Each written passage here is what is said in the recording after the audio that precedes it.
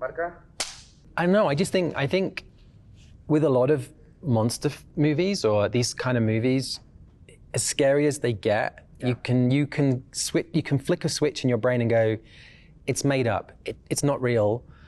They don't exist. Monsters aren't real, right? But with dinosaurs, you can't do that. You go to flick the switch and it's like, no, this is science. Like, this is true. These things were on the earth. And I think there's something in our DNA very, very deep, which is, when we were mammals, we were hunted by these big creatures. And as modern humans, we walk around in cities.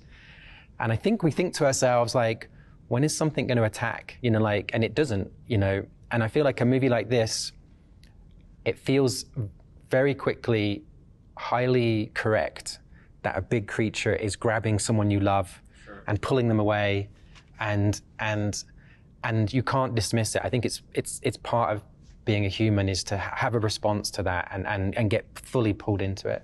I think you just have to have a British accent, and then when you're really annoying, you sound polite. I'm sure a Mexican accent is very similar. I think doing a bad job, and being mediocre.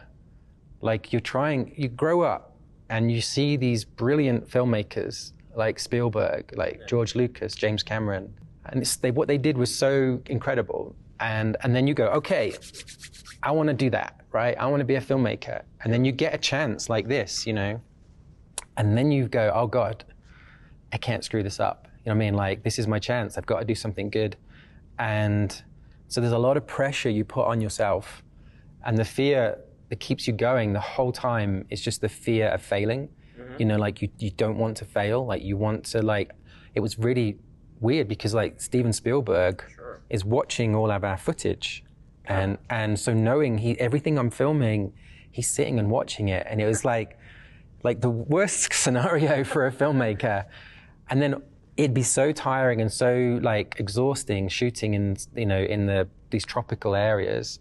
And then suddenly a text would come through from Steven and he'd say something very nice about what you shot the previous day.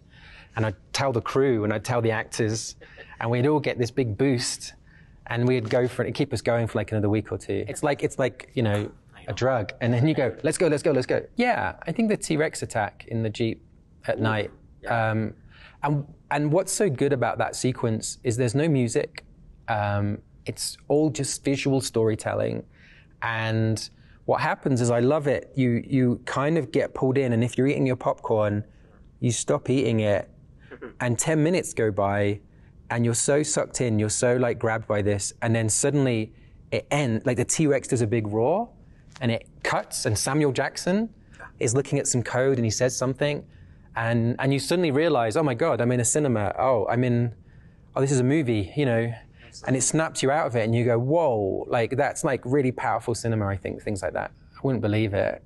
I think if I was a kid and someone said, I was thinking that the other day, I was thinking, if someone could have told me I got to do a Jurassic film, it feels too good to be true. It was what I always wanted to do. Every film I was making, even my film school movie was a monster movie and kind of a copy of Jurassic.